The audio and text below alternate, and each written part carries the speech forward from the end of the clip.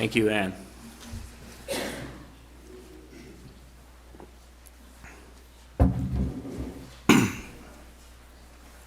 I entitled this sermon Grace or Gluttony, when the reality is that usually you say grace and then you proceed to gluttony.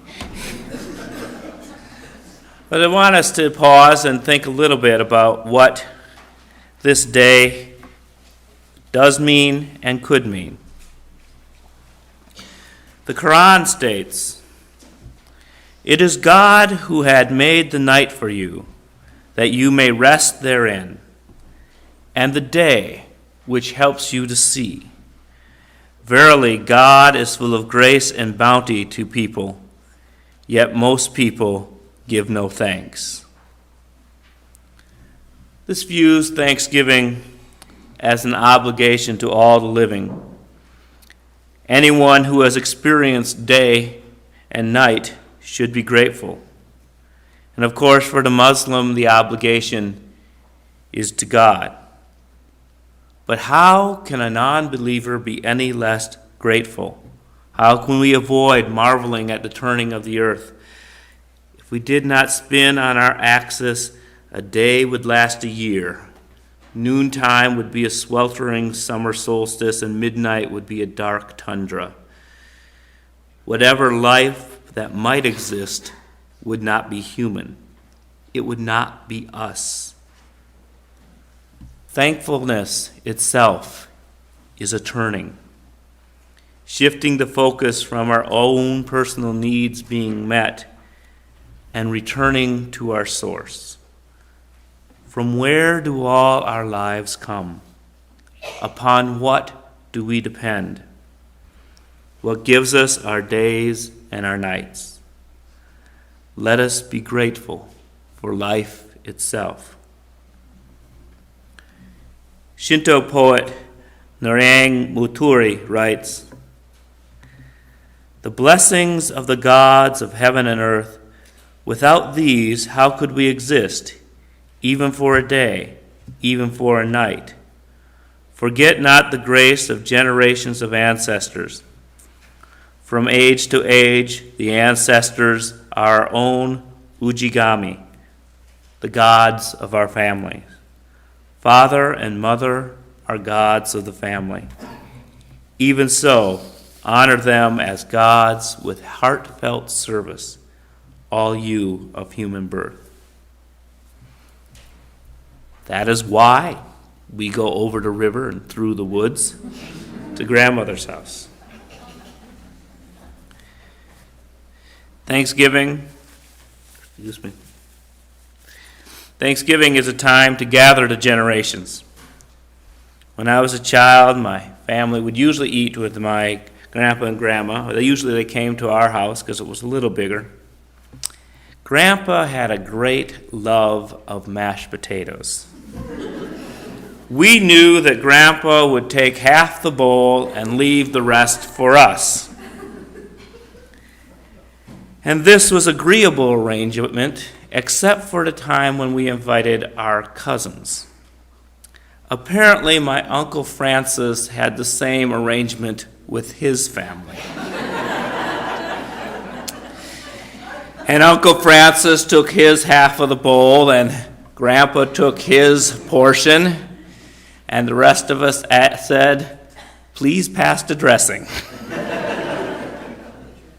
A source of concern for my mother at the time quickly became a family legend that had to be retold each Thanksgiving. Almost as certain as in a Seder, I, as the youngest child, would ask, "How come there are 2 bowls of mashed potatoes?" And a familiar litany would pour forth from my mother. It was a manifestation of the Christian scripture that it is more blessed to give than receive. My Uncle Francis and my grandpa were satisfied for an afternoon.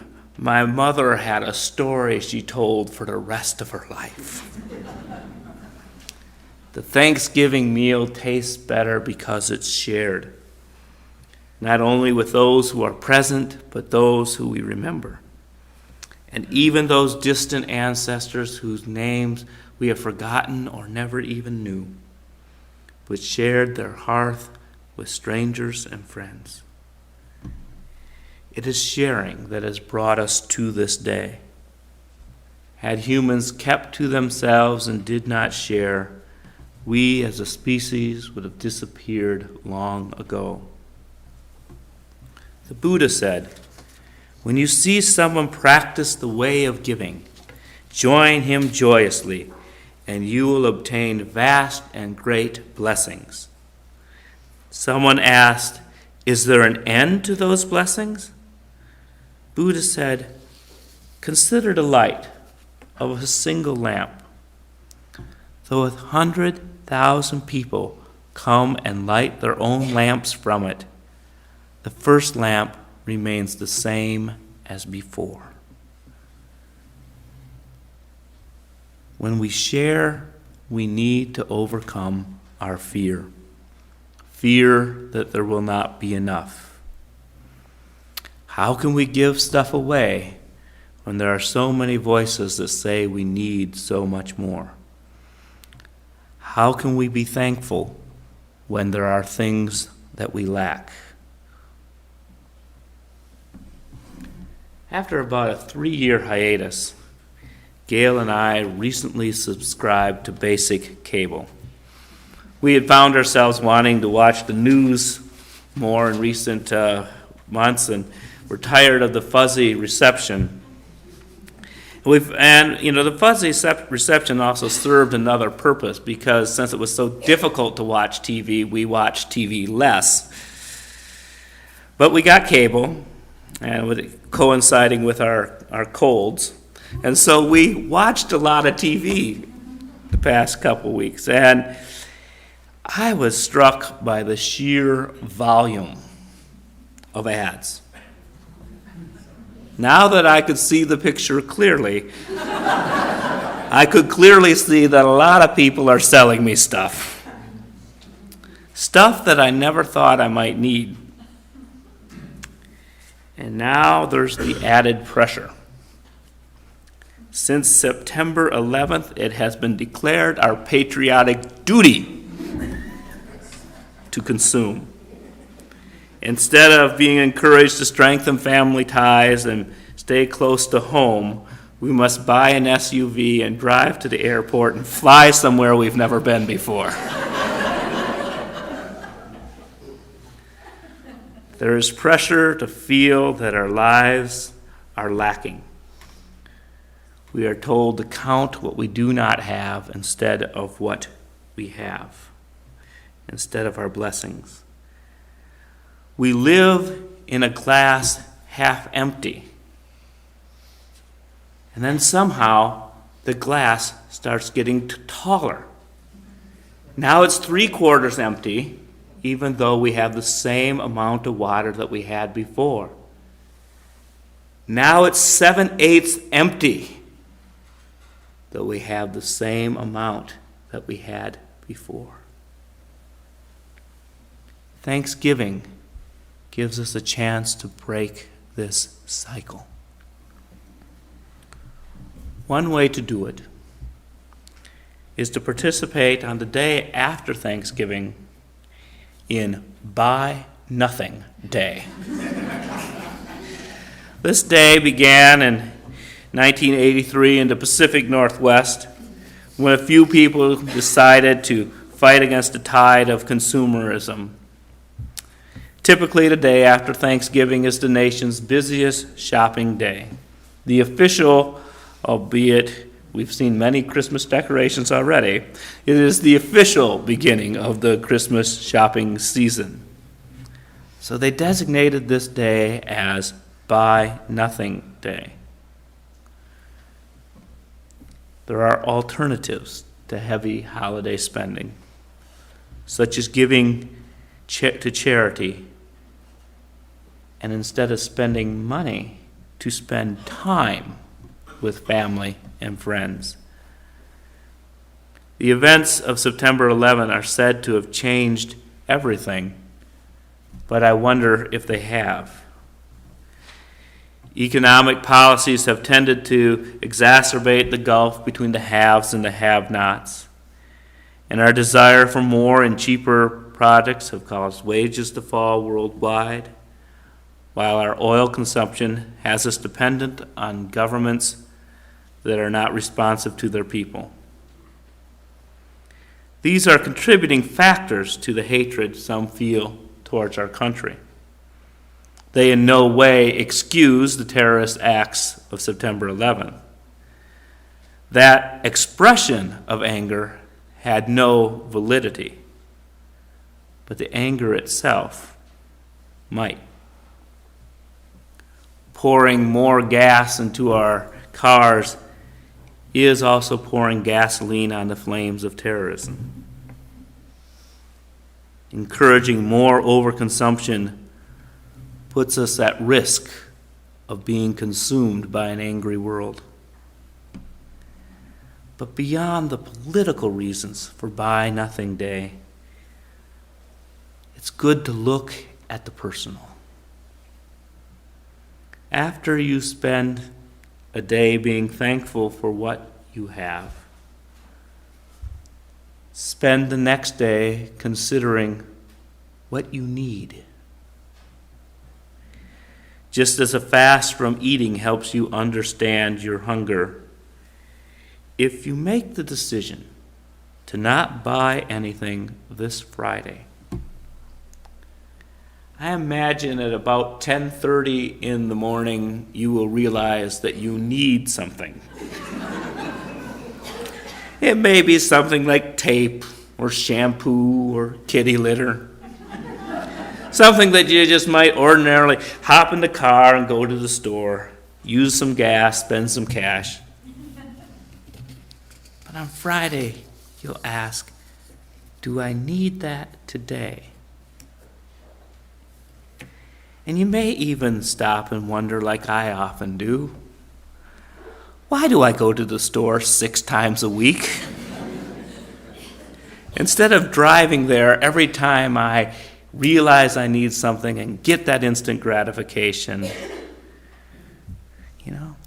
how much of my spending is reactive rather than planned? How much do I buy because the red neon sign says donuts, hot, now?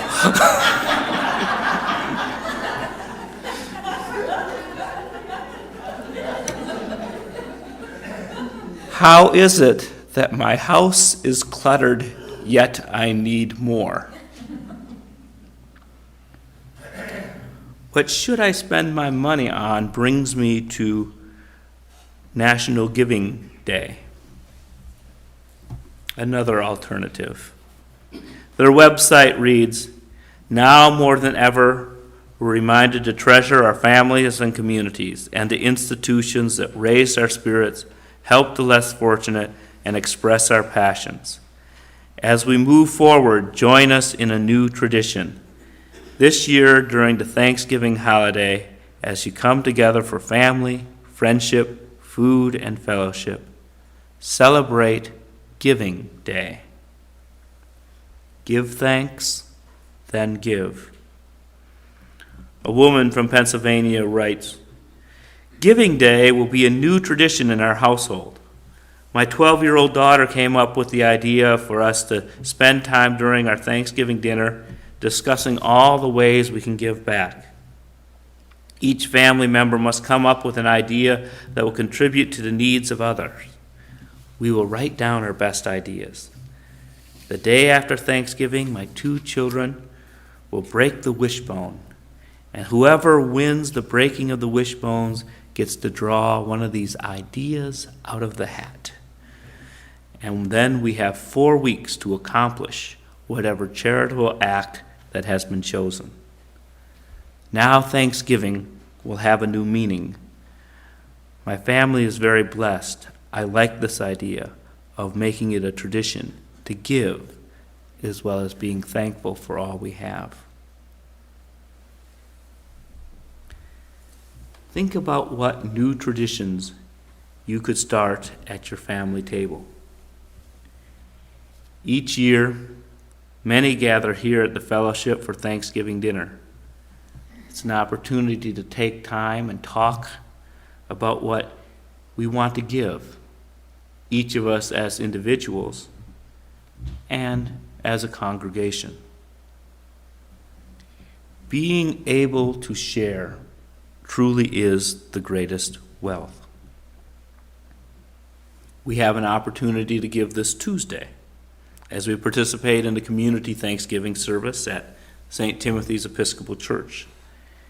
Gives us a chance to join with Christians, Jews, and Muslims and live united in our efforts to bring peace and justice to the world. Members of our choir will be singing in an interfaith choir. I'll be giving the benediction. The cash donations will be given to the AIDS Care Service and the food donations to crisis control. This is the point of the sermon. Each congregation has been asked to bring a specific food item. Ours is macaroni and cheese. So come, give thanks with the community, and don't forget the mac and cheese. There is the old story about a woman who died and was given the choice between heaven and hell. And she was brought to a banquet room with food of every kind. And she declared, "This must be heaven." And the angel said, "No, this is hell." And soon she observed that all the people were unable to bend their elbows. And with all this wonderful food, nobody could bring the food to their mouth. They wailed in anguish. They were doomed to suffer eternity in an unsatisfied temptation. The angel took her to another room, and it looked exactly the same, and was told this was heaven. And she was surprised to notice that the people in this room also could not bend their elbows. Yet they were smiling and laughing and singing. They thoroughly enjoyed the banquet, for they had learned to feed each other. At the end of the book of John, Jesus asked Peter, "Do you love me?" And Peter replies that he does, to which Jesus replies, "Feed my lambs." Jesus repeated this process 3 times, much to the exasperation of Peter, and each time replied, "The way to show devotion, the way to show love, is by feeding his sheep." We need to feed each other. It is not an obligation or a duty or a tedious task. It is the way we enjoy an authentic and satisfying life. I'm sure all of us can remember times in our lives when we have given and when we have received. And there are people in this congregation who are able to give, and others whose lives at this time have them in need of receiving. It is more fun to be able to give than needing to ask. There is joy in giving, but there should be no shame in asking, because we are here to feed each other. Look around this room and ask each other, "What do you need?" And think about how you can give. Come forward. Speak now. Help us to learn how we can feed each other.